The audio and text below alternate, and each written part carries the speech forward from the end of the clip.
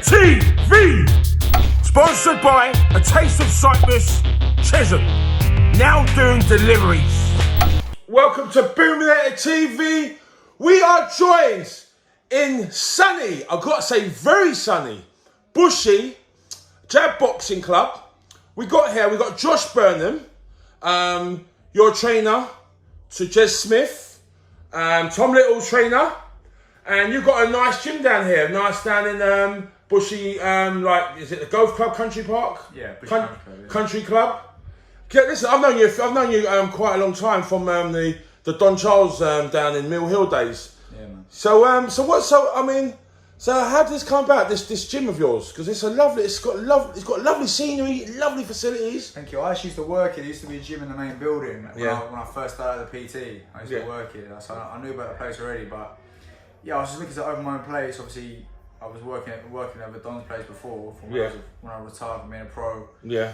And it just came up. Yeah, so it went on the market. I just made an offer for it. I mean, it was just empty. It was just like for the tractors and that before. It was just an old greasekeeper shed. So and it worked out perfectly. The sceneries are amazing. The sceneries. Man, yeah, unfortunately, the golf course has closed down, but it's good for us.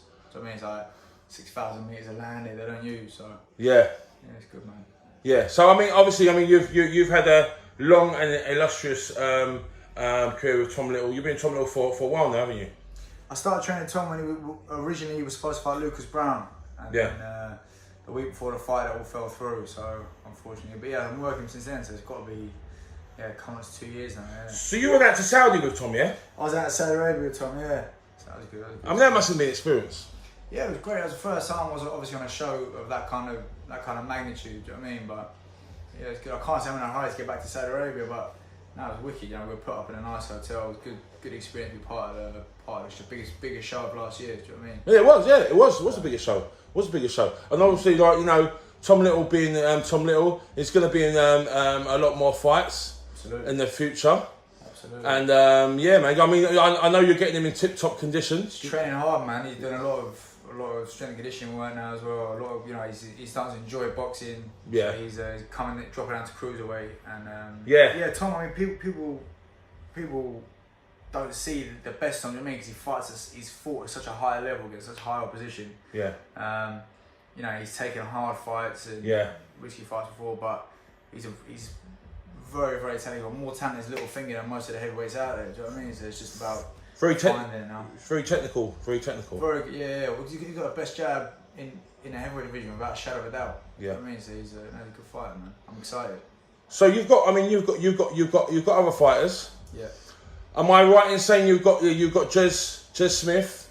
I mean, he had a battle there. I mean, listen, I was watching that and I was like, wow. I mean, he got a lot of respect in the boxing world from that fight. I mean, he was, very brave. He went out on his shield. So what was your recollection of that fight? Yeah, so we got off the fight. Got 2 weeks notice for the fight, and we had 2 weeks notice. 2 weeks. I mean, he was in the gym training, but we had another fight that kept falling through, and it got pushed back, and then he had to have a week off because we didn't know what was going on. Yeah. Jes he's not one of those fighters that is got loads of sponsors, and so he's got to go to work. So he's got to work. We train at 6 in the morning. Then he come back after work in the evenings to do strength and conditioning. And then obviously another fight fell through. He'd have a couple of weeks off and then back in. So we took the fight with the view that, it was a great platform for Jes to showcase what he's about. He's been in other fights before where he's kind of looked a bit reckless at times and he's looked like he's gassed out later on. When really, me and Jes we knew each other since we were little boys. Yeah. And I remember Jes, going on winning national titles, boxing. He boxed out in the European Games. He boxed all over. Great boxer. So it was good to show that. He's at a good level, and look, he had almost 18 months out of the ring before that fight. 18 months out of the ring, 2 weeks notice. He jumped up 2 weight categories. If you're ever gonna lose a fight, that was the best way possible to lose. If you know what I mean. Winning rounds against one of the top prospects in the UK, potentially even one of the top prospects in Europe. I mean, raving about this geezer. As I say, do you know what he done so well in that fight and jumping up 2 weight classes. and stuff, and showing what grit and his showing. stock's gone up massively off the back of that. 100%. He's raring to go more than ever now.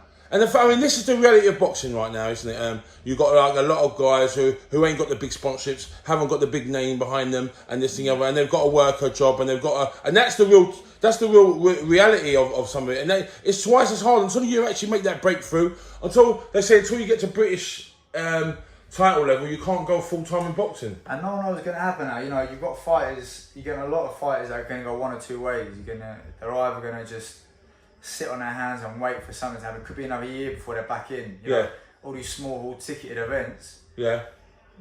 We don't know what's going to happen. And we're hoping by the end of this year, but really it could be midway through next year. So unless you're willing to go out there and take a hard fight, like Jes done another level. No, you know, Jerome Campbell, he took a fight the same night. He's 6-0. You thought, you know what? I'm not sitting around and waiting. Yeah. Took a hard fight, lost unfortunately, but there's a lot of fighters out there that won't do that, and they'll go stale and inactive. A lot of fighters who ain't got the bottle to go in for 50-50 fights. You've got to take a punt, and as I said, you've got to take a gamble. You know, he was coming off a loss already. Yeah. He's going in, you know, against the odds in a fucking hard fight. Even at middleweight, it's a hard fight. Yeah. And so for him, it's done his career a world of good. Do you know what I mean? He's gone from inactivity and coming off a bad loss, really, where he didn't showcase how good he is, to going in there and, you know, proving a lot of people wrong. Although he still lost, he proved a lot of people wrong. I know my theory is you don't lose, you learn. Do you know what I mean? 100%. Yeah. 100%. So there's a lot of fighters out there. Fair play to them. They've got to take fights like this. Yeah. You know, on the fight camp, or you know, on a one shot BT shoot or the MTK, you've got to do it. And that's fighting, man. Do you know what I mean? That's what I miss most about amateurs. Yeah. But listen, because you used to box yourself, yeah? Yeah, that's right. Yeah. You used to be a boxer. Tell us about what level was you boxing at? I heard you was a very good boxer. Yeah, I don't know, man. We never got the chance to fully find out. Do you know what I mean? I think I'm a better coach anyway than I was as a fighter, to be honest. But yeah, I had a good amateur career. I had about 60 amateur fights. I turned pro. I was unlucky with injuries as a pro. I was also just a bit stupid and reckless. I did a lot of stupid things when I was a pro, and ended up failing the next brain scan. So I had to retire. But was that for a boxing injury? Yeah, it was trauma related. So it would have been from either one punch or a series of punches that I took in sparring. Not even in a fight. I mean, I had two fights. I broke both my hands in the 1 year I was a pro. But did a lot of unnecessary things as a pro fighter. Do you think there's more injuries that are done through sparring than actually in the fight than actually in the ring? Definitely, 100%. I mean, you know, often, as I said, not necessarily now with the way things are going, but often when you're starting out as a fighter, you've got easy fights. You want to get to 10 as quick as you can. You know, if you're a ticket seller, then the fights themselves aren't really that easy. It's the sparring, it's the hundreds of rounds in the gym they're doing that are going to take. Which is why now when I train my fighters, I'm not really a massive fan of sparring to get you fit, or sparring for the sake of. If you're gonna spar, it's for a purpose. It should be for a purpose, only for if you're in camp, not just for sparring. Yeah. Because obviously you're taking blows to the head, unnecessary blows to the head that you could be otherwise just getting fit or whatever. You know, man, it's a dangerous sport. I hope you look at it. It's a dangerous sport. So. And although you're right, all those knocks to the head and non-stop tapping on the head and stuff, especially when they say when you're dehydrated, the brain hasn't got no protection and stuff like that. Yeah. So coming down in weight, coming down. People cutting weight and stuff and sparring and stuff. Yeah. So what do you think makes a good coach, Josh? I guess experience more than anything. You know, you've got a lot of coaches out there that didn't necessarily have as much experience in the ring, but they've had experience just through years of seeing fighters. And you know, as long as you're not a coach, I guess, that tries to change a fighter too much, you want to be able to adapt and work with whoever's put in front of you. Just always learning, man. Do you know what I mean? I'm early days in my coaching career. I've been doing it for like 3-4 years now. I'm early days in my coaching career, and I'm just learning from everyone. Everyone who comes in the gym, every coach I see, I've just got to pick up little tips that might work or might not work for certain fighters. But you've been around the game a long time. I have been, yeah. You know, it's the other side of the coin. Obviously, I've got the experience from being a fighter.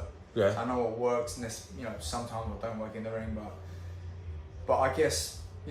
Managing the minds of other fighters, like looking from the outside, I've noticed a big difference. Yeah. So that's what I've got to admire a lot of coaches and take away, lessons from a lot of different coaches.